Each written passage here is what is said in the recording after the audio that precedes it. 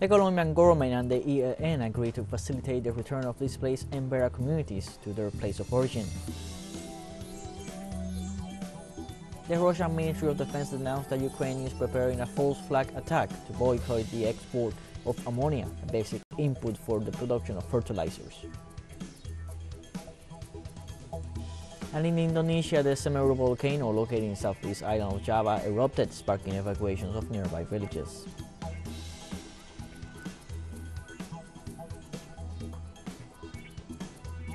Hello, welcome to From the South. I'm Luis Alberto Matos from the TeleSUR studios in Havana, Cuba. We begin with the news.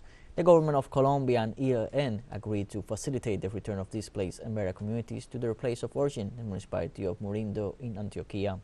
The agreement has been possible thanks to the peace dialogues held by the Colombian government and the ELN in the Venezuelan capital. President Gustavo Petro pointed out that this agreement must be implemented to other populations so that return is possible throughout the national territory. He pointed out that the cessation of hostilities towards the populations of Murindo is required so that this Afro and indigenous population can at least begin to live in peace, as a necessary step to find development options that benefit the excluded population.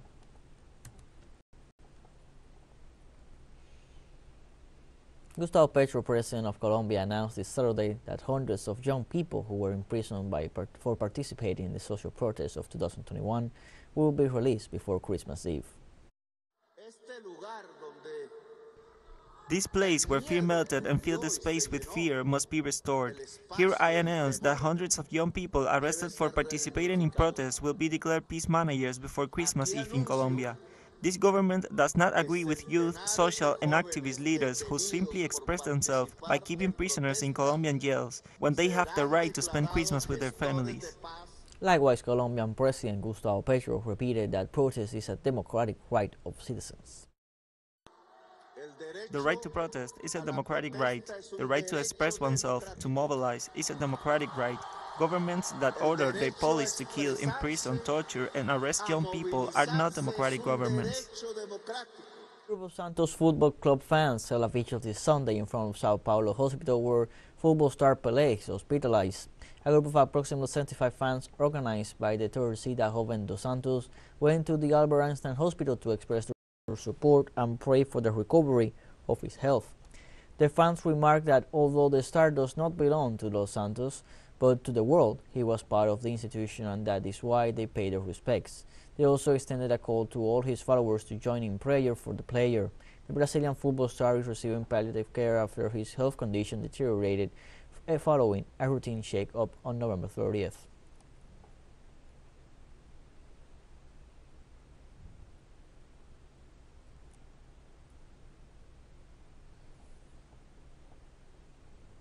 Cuban President Miguel Díaz-Canel arrived on Saturday in St. Vincent and the Grenadines on an official visit, the first stop on his Caribbean tour that includes Barbados and Grenada.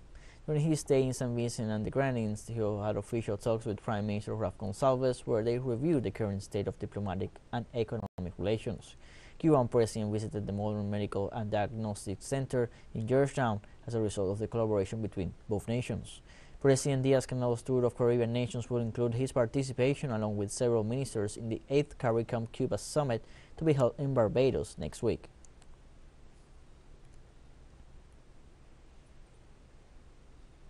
The Cuban president thanks St. Vincent and the Grenadines for their gesture of solidarity.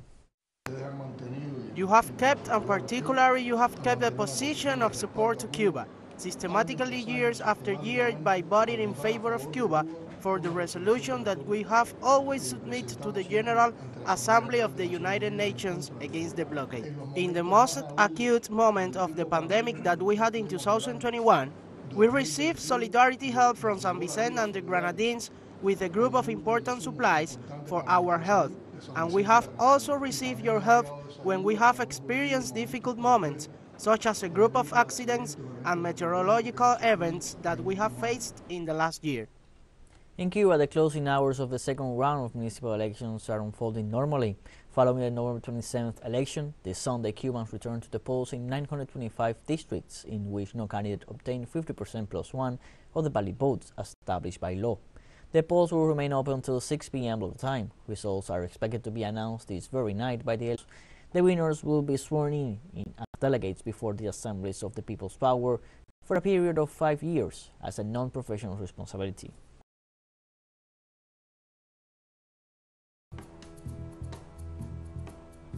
Let us take a short break, but first remember you can follow us on TikTok at the account at TeleSUR English, in which you'll be able to see news in different formats, subjects, and much more.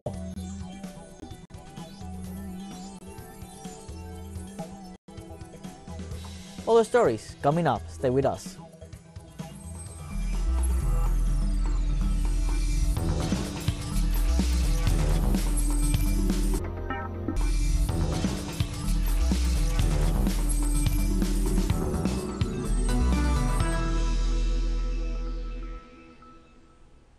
Welcome back from the South. The Russian Ministry of Defense announced that Ukraine is preparing a false flag attack to boycott the export of ammonia, a basic input for the production of fertilizers. According to sources, the plan is to detonate the ammonia storage vaults at the OPC plant, as well as the gas transshipment infrastructure, and presented as the effect of Russian missiles. With this attack, Kiev would intend to prevent Russia from supplying ammonia to other nations, increasing the price of gas and allowing British and US suppliers to increase the volume of ammonia production and export. The media claim that this provocation is planned and coordinated by representatives of the secret services of the United Kingdom, as well as personnel of the Canadian private military company govt.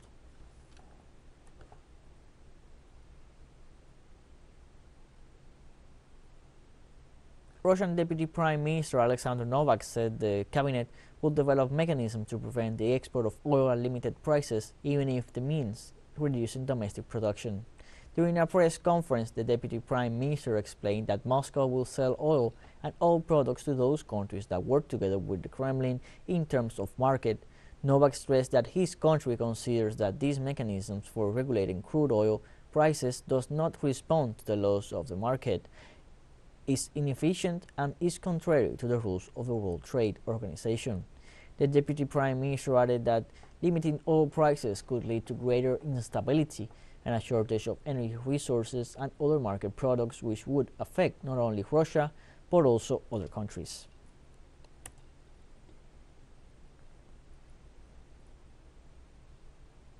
The President of Turkey, Recep Tayyip Erdogan, defends the idea of extending the Russian grain pact due to expire on 19th of this month. Tayyip also hopes to meet with his Russian counterpart Vladimir Putin to extend the agreement for another year and incorporate the export of Russian fertilizers and ammonia into the new one. On July 22nd, Turkey signed a package of 2 agreements to solve the issue of food and fertilizer supplies in the international market. Meanwhile, the United Nations pledged to lift all sanctions imposed on the Russian nation over the export of food and fertilizers.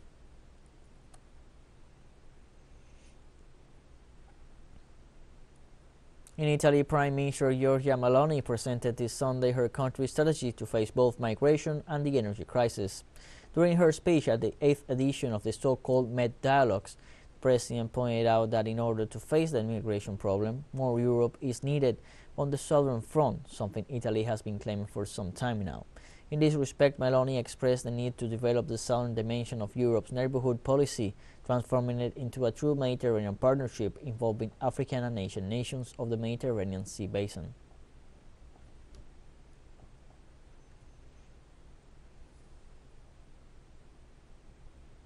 The Ministerial Monitoring Committee of the Oil Exporting Countries Organization and its allies decided to keep the current production cut level at 2 million barrels per day.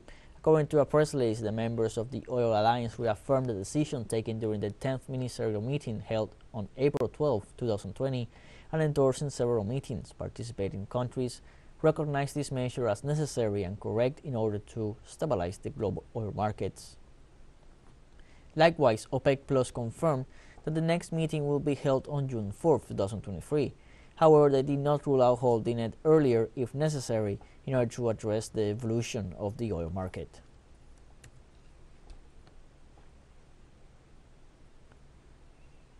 The U.S. Department of Defense announced that it will strengthen its military presence in the Indo-Pacific despite Beijing's warnings. Defense Secretary Lloyd Austin said on Saturday during the National Defense Forum that he will adopt a posture of lethal and distributed force in the Indo-Pacific.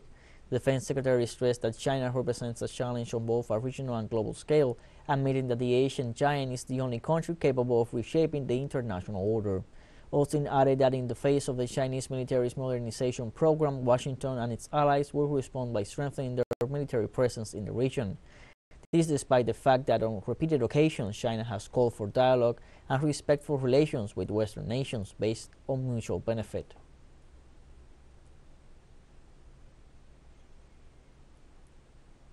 Three Chinese cosmonauts returned to Earth after 6 months of mission in a region to the north of Beijing. Local media reported the arrival of 3 cosmonauts belonging to the country's space program who arrived in the Shenzhou 14 space capsule after 6 months in space, finishing the construction of the Tiangong space station. During their time in space, they were joined by another group of Chinese cosmonauts, being the first time that China had so many outside the planet. Tiangong space station is a symbolic step for aerospace technology development in the Asian nation, which aims to continue its research in the coming months. Passengers of the Shenzhou 14D space capsule were medically examined 40 minutes after landing, and all appeared to be in good health.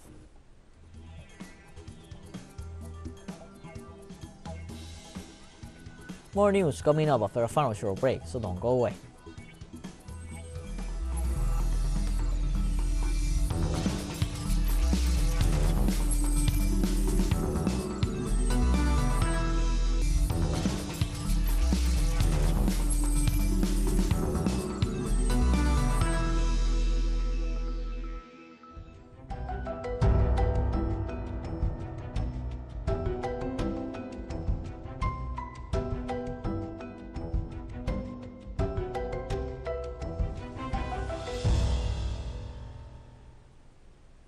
Welcome back from the south. The Semeru volcano, located in the southeast of the Indonesian island of Java, erupted on Sunday. Indonesia's Mount Semeru erupted Sunday, spewing hot ash clouds amounting to the sky and sending rivers of lava down the side, prompting authorities to raise the alert status to the highest level.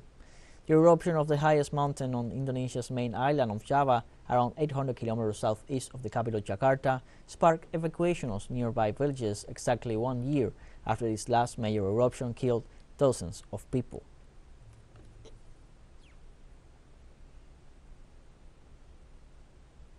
Continuous lava flow from the world's largest active volcano threatens Hawaii's main roadway. Lava from the Mauna Loa volcano is currently about 3 kilometers away from Hawaii Route 200, known in the area as Saddle Road, a crucial road for communication between the major cities of Hilo and Kailua Kona. If that road were to be blocked, it would increase difficulties for the transportation of goods and for those in need of medical care or emergency situations. Hawaii's congressional representatives have asked the White House to expedite federal assistance before daily life on the Big Island is disrupted.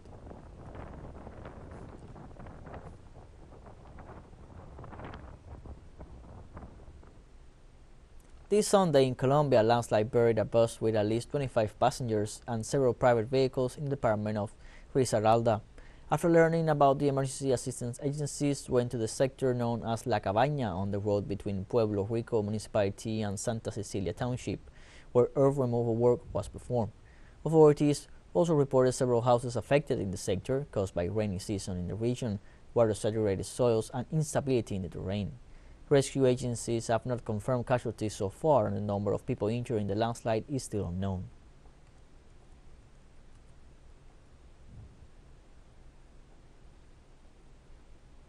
Iranian authorities announced the construction of a nuclear power plant in the southwestern province of Khuzestan.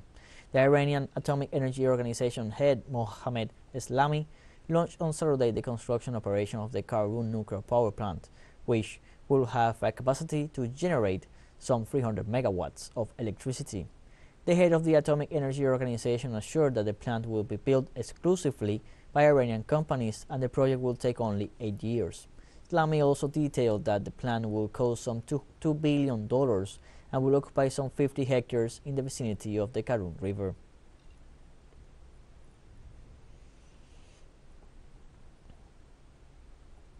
In Bahrain, hundreds of citizens went to the streets to protest against the visit of Israeli President Isaac Herzog to their country and the standardization of ties with the Zionist regime.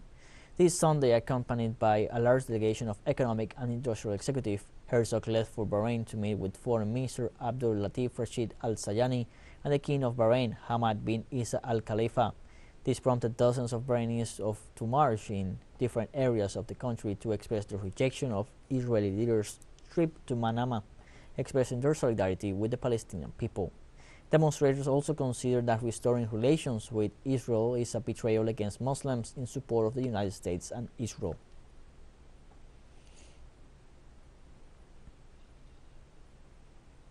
In Morocco, activists from left-wing political and trade union organizations demonstrated in Rabat on Sunday to protest rising prices. Thousands took to the streets also to protest against the repression of freedom of expression, corruption, and the kingdom's normalization of ties with Israel in December 2020. Consumer price inflation was 8.1% year-on-year in October, due in large part to surging food prices, which were up to 14.7%. Fuel prices have also risen sharply.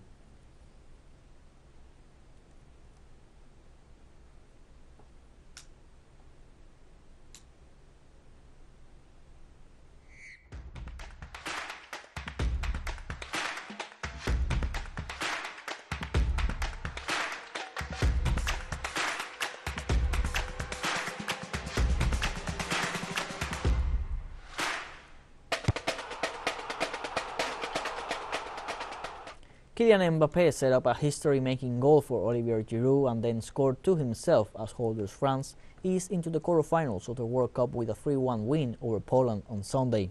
Giroud's opening goal a minute before halftime was his 52nd for his country, allowing him to pass Thierry Henry and become France's all-time record marksman.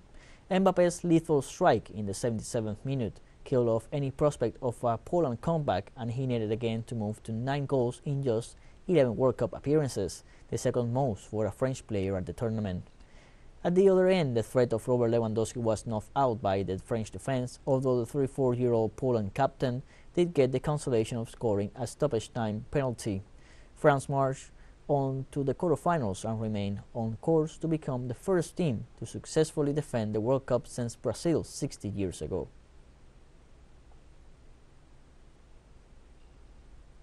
And as the hearts of millions of fans live the emotions of the Qatar 2022 World Cup, TeleSUR joins the sporting event with From the Field, a show that brings news, analysis, reviews, and more to our audience. Don't miss it. Our show airs at 1 p.m. local time in Caracas and 12 p.m. New York. Remember, From the Field, only on TeleSUR.